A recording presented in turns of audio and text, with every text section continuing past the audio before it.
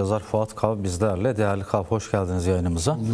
Biz kısaca özetlemeye çalıştık bu dosyamızda mevcut durumu, barış ve demokratik toplum sürecinde gelinen veyahut da gelinemeyen diyelim aşamanın ne olduğunu, bir kritik bir eşiğe gelindiği ortada. Şimdi devlet cenahı, devlet tarafı Reber Öcalan'la uzunca bir süredir bu görüşmeleri fiilen müzakereyi sürdürüyor ama bir yandan da Reber Öcalan'ın resmi anlamda hukuksal, yasal statüsü konusunda da ayak sürçen bir yaklaşım sergiliyor.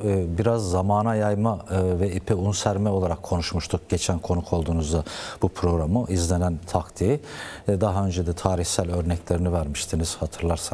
Hatırlarsa izleyicilerimiz birçok tasfiye girişiminde bulunmuştu. Benzer bir yaklaşımdan kurtulamadığına işaret etmiştiniz. Şimdi Reber Öcalan'ın yasal hukuki statüsünü tanınmaması konusunda ama bir yandan da fiilen birlikte bu süreci götürülmesi konusunda yaratılan o belirsizlik halini, acaba ileride süreç bozulursa rahatlıkla bu masadan kalkar giderim diye düşünen bir devlet aklı mı yürütüyor, yoksa halkların, başta Kürt halkı olmak üzere halkların umudu olan, barış sürecine karşı olan toplumsal direnci kırmaya yönelik bir adım mı, veya her ikisi de mi, veya başka hesaplar da var mı? Neyi düşünüyorsunuz? Şimdi sorun netleşme sorunudur aslında. Evet. Devlet açısından, Bahçeli açısından, Erdoğan açısından. Yani barışa ilişkin, sürece ilişkin görüşleri, düşünceleri, iddiaları net midir, değil midir? Bu konuda samimidir, samimi değiller midir? Ciddi midir, ciddi değil midir? Evet. Aslında bence bu iklim üzerinde biraz değerlendirmeye ihtiyaç vardır. Çünkü daha önceki programlarda da söylemiştim. Yine daha önceki süreçlerde Bahçeli'den de alıntılar yapmıştık. Evet. Kürt tarafı açısından, Özgürlük Hareketi açısından, Başkan Apo açısından her şey netti yani. Aha. Ciddi yaklaşıldığını, artık savaşın değil, barışın mutlaka ama mutlaka hakim kılınması gerektiğine ilişkin hem somut adımlar atmış durumdadırlar, hı hı, hem de söylemde, üslupta, görüş alışverişlerde bunu çok daha somut bir biçimde ortaya koymaktadır. Yani Başkan Apo ve hareketi sürece ilişkin samimi olduğunu biz görüyoruz. Evet. Çünkü adım atmıştır. Evet. PKK feshedilmiştir. Buna bağlı olarak 30 gerilla silahlarını devre dışı bırakmıştır. Evet. Yakmıştır. Artı temel stratejik konulardan birisi olan silahla mücadeleyi devre dışı bırakmıştır. Yani artık anlamsız olduğunu söylemiştir. Hı hı. Dolayısıyla atılan bu adımlara karşı devlet ne yapmıştır onu görelim yani. Devletin yaptığı bir şey yoktur.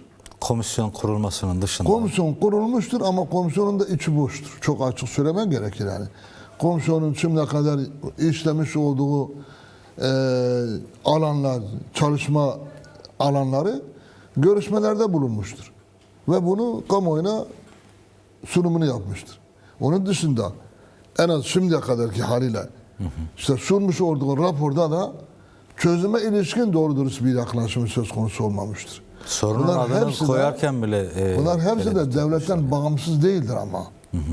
Çünkü komisyona verilen çok sınırlı bir görev verilmiş. Dolayısıyla komisyonun başında demokrasinin kılıcı gibi oynayan bir devlet vardır yani. Hı hı. İşte ya da mevcut olan yönetim vardır. Mevcut olan yönetim de barış konusunda, savaşı reddetme konusunda, süreci doğru temelde sonuçlandırma açısından samimi olmadığını görüyoruz yani. Samimiyetimizin olup olmadığını nasıl anlayacağız? Atacağımız pratik adımlarla anlayacağız. Hı hı. Yani bir kişi çok rahat bir biçimde konuşabilir, ifade edebilir, savaşa karşı olduğunu söyleyebilir, barışın mutlaka gelmesi gerektiğini söyleyebilir, Orta Doğu'daki kaos içerisinde Türkiye'deki iç savaşın son bulması gerektiğini söyleyebilir. Kendi içerisinde yaşamış olduğu çelişki ve çatışmaya artık bir noktaya konulması gerektiğini söyleyebilir. Bunun karşılığı nedir? Yani bu anlatılanların samimi olup olmadığını pratik adımdır. Peki bir yıldan fazladır Türkiye Devleti kurmuş olduğu komisyonun dışında tek bir adım atmış mıdır? Atmamıştır. Bu demek ki samimi görünmüyor.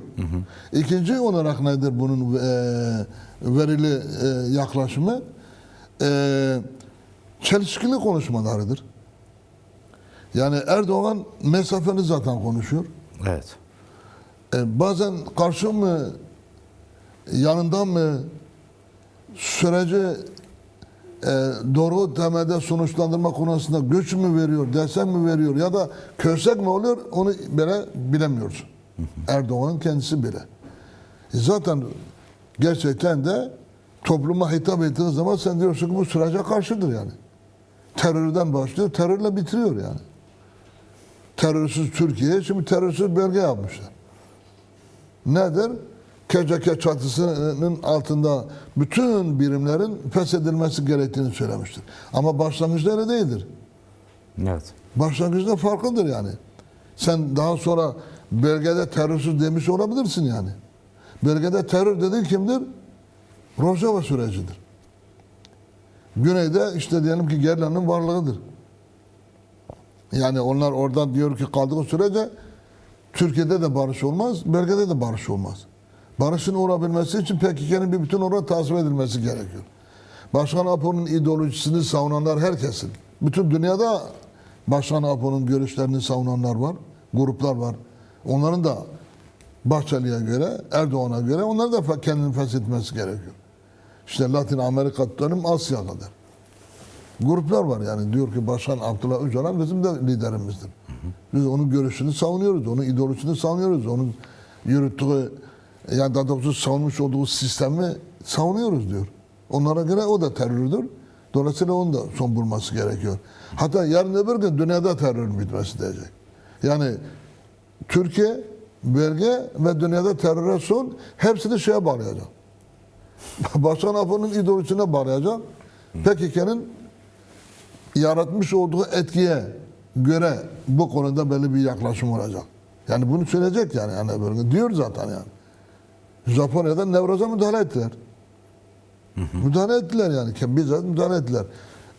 O açıdan demek ki burada da samimi gibi görünmüyorlar yani. Samimi gibi görünüyor. Çelişkili konuşması açısından söylüyorum yani. Hatta işte karşıymış gibi.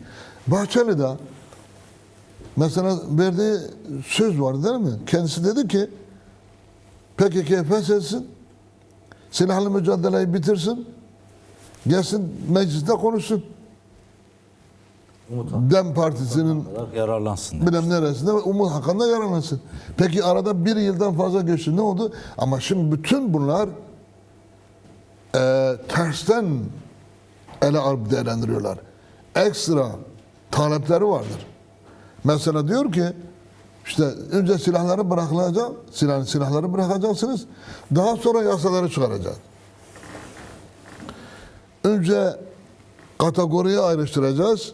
İşte liderleri, orta derecedeki kadroları, üçüncü derecedekileri, işte kimine siyasi yasa koyacağız, kimisine biraz ceza vereceğiz, kimisine de yurt dışında kalacak. Yani Türkiye'nin sınırları içerisine girmemiş olacak. Ama en başta Reber Öcalan dedi ki bütüncül bir hukuk çerçevesi içerisinde bu ama sorun ben çözülür dedi. onların söylediklerini söylüyorum tabii. Tabii doğru söylüyorsun yani. Evet. Şimdi yani önceden söyledikleriyle şimdi artık söyledikleri arasında çelişki var demek istiyorum yani. Anladım. Bahçeli o öyle söylüyordu. Şimdi Bahçeli başka bir kul var. Ağız değiştirdi. Mesela soruyoruz ki Bahçeli PKK feshedildi. Silahlı mücadele de durduruldu. Ateşkes de ilan edildi. 30 sene gerilla silahlarını yaktı ve bunu bir sembolize ederek yani savaşa son verme anlamında böyle bir yaklaşım da oldu. Peki Demokratik siyasetin önü Başkan açıldı mı? Apo meclise geldi mi? Yok. Konuştu mu? Yok. Umut hakkı konusunda Daha ne tartışıyorsunuz o zaman? Ne tartışıyorsun? Çünkü sen söz vermiştin. Bir de kalkıyor diyor ki işte bilmem işte Kürt hareketi, işte özgürlük hareketi vermiş olduğu sözün gereklerini yerine getirmiyor. Ne yapmış? Bir tane ev yapmış. Ben şey açısından söylüyorum. Adada. Yani sözle hücreden alıp bir eve yerleştirilecek. Şimdi Başkan Apo'nun bu konuda ben rahat edeyim, iyi yemek yiyeyim, temiz su içeyim, güzelce dinleneyim diye bir talebi oldu mu? Yok. Olmadı. Neyi yapması gerekiyorsa bu sürecin ilerlemesi için yapmam gerektiğini söylüyor. Bunu hücrede de yapabilir. Yani eğer siz bu geniş evi işte dediğiniz tarzda bir yaklaşım gösterseniz o zaman gerek yoktu böyle bir eve. Yani bu başkanı o eve götürecek, diyecek işte bak yerini güzelleştirdik falan şu bu diyecek. Artık hücrede değil, tamam yerleşik alanı Yine adadır ada. ama özgürdür. Öyle değil yani. Başkan Apo'da Kürt Özgürlük Hareketi'nin kendisi de baş müzakereci konumunda olan kişi böyle olamaz. Bir statüye ihtiyaç vardır. Resmi bir statü yani. Tabii resmi bir statüye ihtiyaç vardır. Eğer ciddi Baş bir yaklaşım müzakereci olarak bunu sergilenecekse. kabul edeceksiniz ve onun şartlarının gereklerini yerine getireceksiniz. Yoksa güzel bir yere, güzel bir eve falan şu bu 2 odalı bir salonlu yere değil. Yani siz villada inşa etseniz orada eğer toplumdan soyutlanmışsa istediği gibi insanlarla konuşma imkanı oluşturulmamışsa işte aydınlarla, toplumla, siyasetçilerle, kendi arkadaşlarıyla, akademisyenlerle ortam yoksa bunlarla görüşme noktasında o zaman villa ne yapacak? O zaman süreçle ne bağlantısı var ki bu yer değiştirmeyi? Başkan diyor ki ben diyor ki hücre sisteminden çıkıp normal ev koşullarında ama özgürce yaşama, siyaset yapma, çalışma yürütme, süreci doğru temelde yürütme, götürme. Ben onun için zaten böyle bir alan oluşturuyorum. Bir statünün oluşturulmasını ben istiyorum. Yoksa ben burada tek kişilik hücrede de sorun olmaz benim için. Evet. Peki böyle tek başına hücredeyken süreç ilerleyecek mi? Değil. Ortam yani sürecin oluşması için sağlıklı sürdürülebilmesi için gerekli olanakları olacak mı? Değil. O zaman ben hücrede kalırım der ya. Zaten gitmemiştir başkan yani. Bu haliyle mevcut yaklaşımlarla, mevcut bir tutumla benim yerimi değiştirecek sonra propaganda yapacak. Adım attık diye. Yani biz işte eve götürdük. Ev hapsinde sayılır. Dolayısıyla o zaman al sen de şunu yap ya da bunu yap.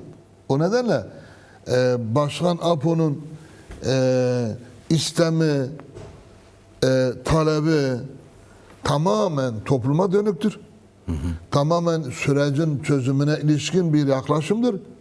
Tamamen sürecin tasfiye edilmemesi, kesintiye uğramaması açısından önermiş olduğu makul önerilerdir. İstemler de taleplerdir yani. O açıdan böyle yan çizmenin Kaçak güreşmenin. böyle dediğin gibi işi kalakutura getirmenin bir de kapıda karşı atağa geçerek biz geçen konuştuk işte Nevroz'la ilgili değil mi? Evet. Peki Nevroz yani bir tarafta Başkan Apo ile oturacaksınız. Baş müzakereci olarak kabul edeceksiniz. Tartışma yürüteceksiniz. Fotoğrafını çekip diyelim ki dışarıya gönderme ortamı oluşacak. Ama Diyarbakır'ın Nevroz'unda ya da işte diyelim ki Bursa Nevroz'unda yani Nevrozlar'da Başkan Apo'nun posterlerini açmak buna yasak diyeceksin. Bunu asanları alıp cezaevine sokacağız. Başkan Abdullah Öcalan'a özgürlük, Başkan Apo'ya özgürlük sloganı attığından dolayı insanları alacaksın, gençleri alacaksın, kadınları alacaksın, işkenceden geçirilip sonra cezaevine koyacaksın. Bu ne yaman çelişki denmez Bu ne mi biçim? buna yani? Bu öyledir tabii yani. Peki. Yani bir tarafta siz oturuyorsunuz, muhatap arıyorsunuz. Bu şu anlama geliyor o zaman. Yani ikiyüzlülük anlamına geliyor. Siz istediğiniz zaman konuştuğunuzda, tartıştığınızda sorun yok.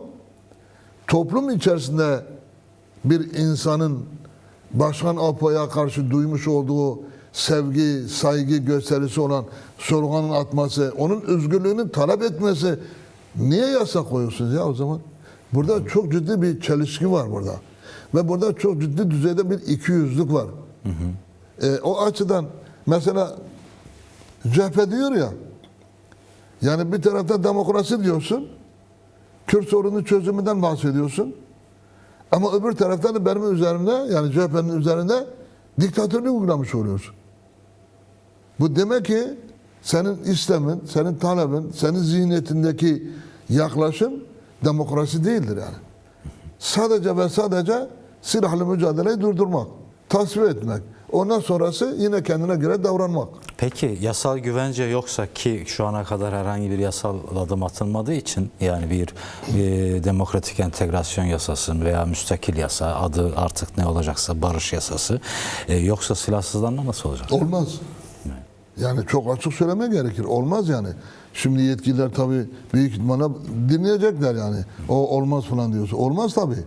Yani hukuki bir durum yoksa, yasalar düzenlenmemişse, yani hiç kimsenin can güvenliği konusunda garantisi yoksa, işte öldürülmesi, katledilmesi, kaçırılması, cezaevine konulması, bir bütün olarak toplumsal alanda kendini örgütlenmesi, siyaset yapması, bütün bu konularda bir güvence yoksa, hukuki bir güvence yoksa kimse gelip gitmez yani. Kim gider yani Türkiye'ye?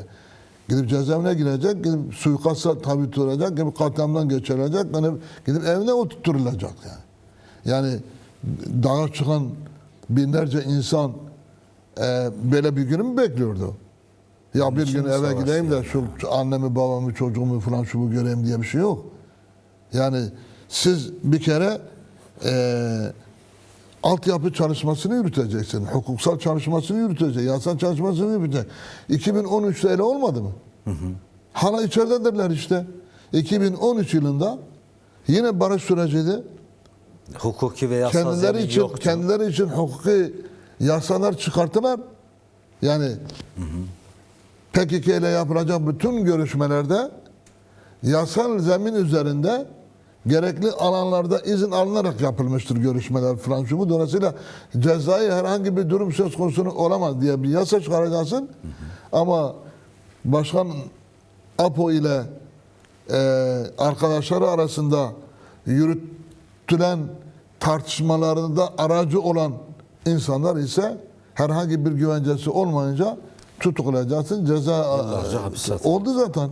Birçok avukat, birçok siyasetçi, ya bazıları arandı, Avrupa'ya geldi, bazıları da hala cezaevindedirler yani. Şimdi bu dönemin aynı biçimde sürdürülmesi, tekrarlanması mümkün değil yani o konuda. O açıdan bence devletin bugünden itibaren söyleyeceği çok fazla bir şey olmaz. Özgürlük hareketi açısından, Kürt hareketi açısından, Başkan Apo açısından. Başkan Apo şunu diyemez yani. Başkan Apo'ya bunu diyemez. Sen hani şunu yap, bunu mu yap falan şu bu diyemez. Önce yasayı çıkaracaksın. Hukuksal altyapı çalışmasını sürdüreceksin. Ya bir kere bu sürecin bir başka anlamı var. Silahlı mücadeleyi durduruyorsun. Silahları rafa kaldırıyorsun. Yakıyor musun, kırıyor musun, yere mi gömüyorsun? Bu ayrı bir olay. Ama yepyeni bir stratejiyle sen mücadeleyi sürdüreceksin. Silahlı mücadele yerine siyaseti yürüteceksin. Dağda değil, şehirlerde, ovalarda, köylerde, kasabalarda demokratik siyaseti sürdüreceksin. Peki bunun hukuksal zemini olmasa Nasıl olacak? nasıl olacak gerçekten de? Kim gidecek bu siyaseti sürdürecek? Hiçbir güvencesi yok ki. Yani bir kere yani örgütleme özgürlüğü yok. Konuşma özgürlüğü yok. Kendini ifade etme özgürlüğü yok. Demokrasi yok. Demokrasi yok. Ana dilde eğitim Ana yok. dilde eğitim yok, kültür yok, bir şey yok. Peki yarın öbür gün meydanlarda Kürt kültürü ve dili konusunda bu sistemin değişmesi gerektiğini, bu sistemin mutlak tasvip edilmesi gerektiğini söylediğimde ne olur? Alır götürür seni cezaevine koyar. Çünkü yasalığı yok, hukuku yok, zemini yok. O nedenle yani kendini bence kandırmaktan başka bir şey yaramıyor. Peki Çünkü niye? Bir kere Kürt halkı artık bundan sonra kanmıyor yani. Devletin yapmış olduğu bütün uygulamaların hangisi Kürtler açısından doğru ya da yanlış olduğunu çok iyi biliyor. Devletin bir oyun peşinde olup olmadığını da çok iyi biliyor. Yalan söyleyip söylemediğini de çok iyi biliyor. Hangi koşullarda neyi uygulayacağını, neyi uygulamayacağını da çok iyi biliyor. Çünkü Kürtler hep diyoruz ki eski Kürtler değildir. Mevcut durumda Kürtler bilincine varmış, yani kendi kimliğinin bilincine varmış. Devleti de çok iyi tanıyan, kendi toplumunu da çok iyi bilen bir konumdadır. O açıdan Kürt halkı güvenmiyor mevcut uygulamalara, mevcut söylemlere. Ya mesela Erdoğan'ın sabahtan akşama kadar terör örgütü demesinin hazmedemiyoruz yani. Türk Kürt toplumu da hazmetmiyor. Doğru bulmuyor. Ama Kürt siyasetinden bir kişi bir şey söylediği zaman kıyameti koparıyorlar. Manşet atıyorlar. Hele bu dönemde Başkan Apo ile ilgili yapılacak bütün çalışmalar yasal olmak zorundadır. Yasa dışı olduğunu söylüyor. Değil mi? Doğrudur aslında. Bir polis ne yapar? Başkan Apo ile ilgili sorun anlatına gibi seni yakalar. Çünkü bunun yasalı yok. Hukuku yok. Şimdiki yasada diyor ki tutukla diyor. Bunu Tabii. yapanlara diyor. Yani demesine gerek yok. Zaten yasaktır yani. Yasaklanmış. Başkan onun için diyor ya, bunun hukuki zeminin olması gerekiyor ki benim güvencem olsun. Senin bunun güvencesi olsun. Bu süreci yürütenlerin. Yasalar değişirse polis gidip niye Başkan Apo'nun posteri taşıyan birisini niye tutuklasın? Tutuklamaz yani. Ya da diyelim ki Nevrozlar'da bu tür etkinliklerde Başkan Apo ile ilgili atılacak sloganlar yasak olmadığını görmüş olacak. Yani özetle bu saldırılar geçenlerde işte dün değil evvel gün değil mi? Başkan Apo'nun doğum yıl döneminden dolayı İstanbul'da korkunç derecede saldırıya uğradı. Yani insanlar ne yapmış orada? Güneş sofrası adı altında ya da güneşin sofrasıydı sanırım. Güneşin sofrası. Adı altında orada eğleniyorlardı. Başkan Apo'nun doğum yıl dönümünü kutluyorlardı. Şarkılar söylüyorlardı. Festival havasında. İşin içinde şiddet yok, silah yok, başka bir farklı bir uygulama söz konusu değildir. Sen gidiyorsun orada yasak demekle yetinmiyorsun, bir de vahşice saldırıyorsun. Peki şimdi... Ve üstelik bir sürü insanı gözaltına alıyorsun. Şimdi hangisi suç, hangisi yasa dışı? Devletin yapmış olduğu yasa dışıdır. Ama yasası yok zaten yani. Hukuku yok ona. O zaman yapması gereken nedir? Hukuku değiştirecek, siyaseti değiştirecek, anayasayı değiştirecek ki Kürtler de Erdoğan gibi, Bahçeli gibi ve o diğer partiler gibi rahat siyaset yapabilsin. Kendi taleplerini ifade edebilsin. Şimdi sen rahat bir biçimde, demokratik bir ortamda kendi talebini ifade etmezsen, topluma sunmazsan, senin işin ne o zaman? Sen nasıl siyaset yürüteceksin? Sen var olan toplumsal demokratik sorunlarınızı nasıl çözeceksiniz? Çözemezsiniz yani. Çünkü yasaktır, alacak, ensesine yakalayacak, cezaevine götürecek. Süründürecek seni yani.